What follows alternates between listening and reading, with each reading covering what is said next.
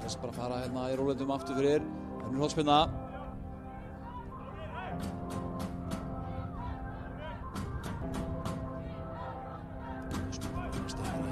Miðjan teiginn og þeir eru að komast yfir.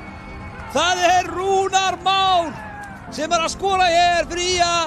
Rúnar Már Sigurjónsson kemur hér heimönnum yfir á 33. mínútu og skora sitt fyrsta mark á þessu tímabili.